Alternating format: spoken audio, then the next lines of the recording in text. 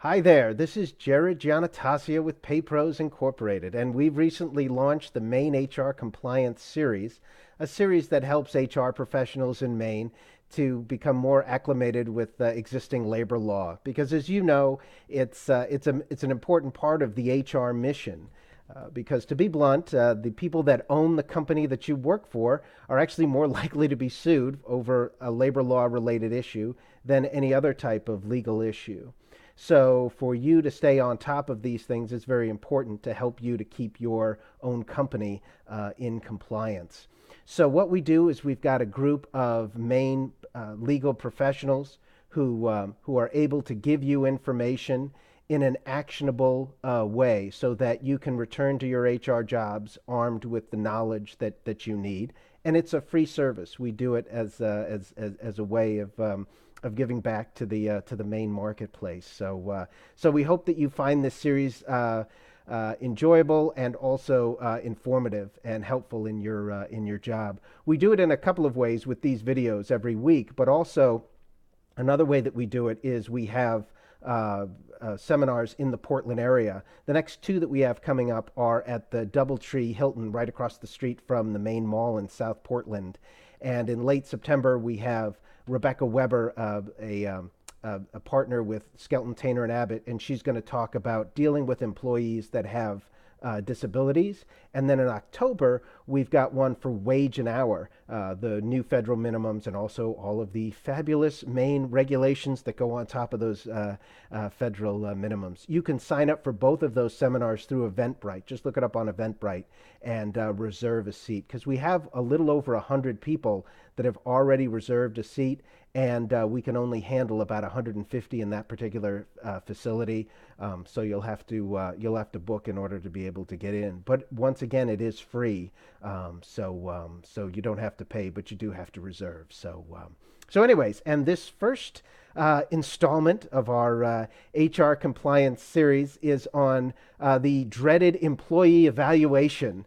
I actually thought that employee evaluations were actually becoming more involved because, as you know, there's something called employee evaluation 360. And what a 360 evaluation is simply is that instead of the traditional employee evaluation being your supervisor saying what they like and what they don't like about you, now you have a whole group of people saying what they like and what they don't like about you. Other coworkers, other departments that you interface with, and even other companies that you interface with, vendors and other strategic partners.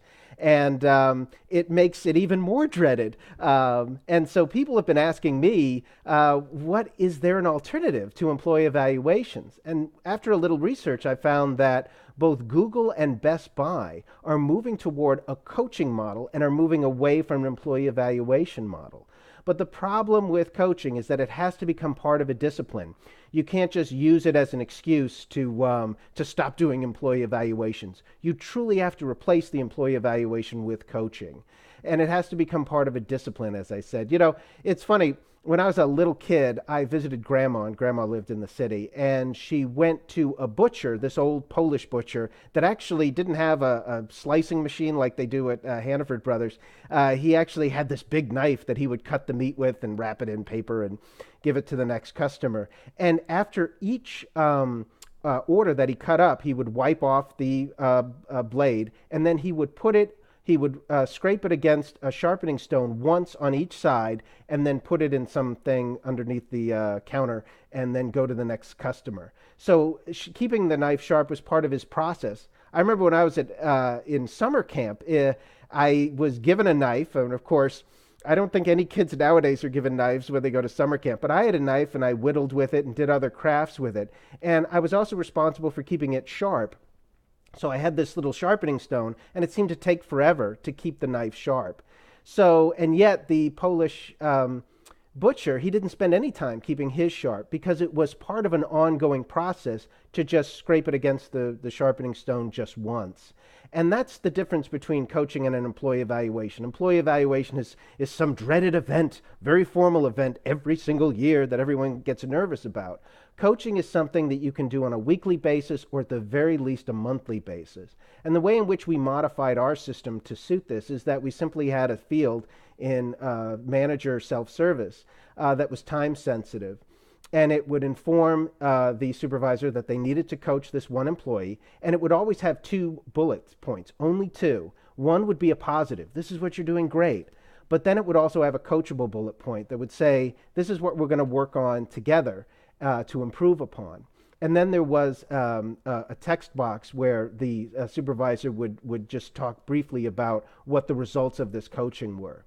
And so we found that this is more and more of a trend, that not only are people going away from the employee evaluation and now the employee 360, and they're going towards more of a coaching model, which people find a lot easier. And we've been getting feedback from employees that they like it a lot more. So, so if you want to implement something like this, we can help you out.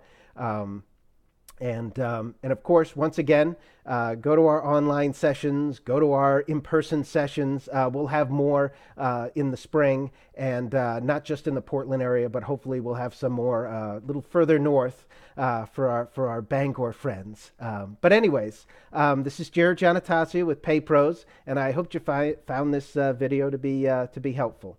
Thanks so much. I'll talk to you soon.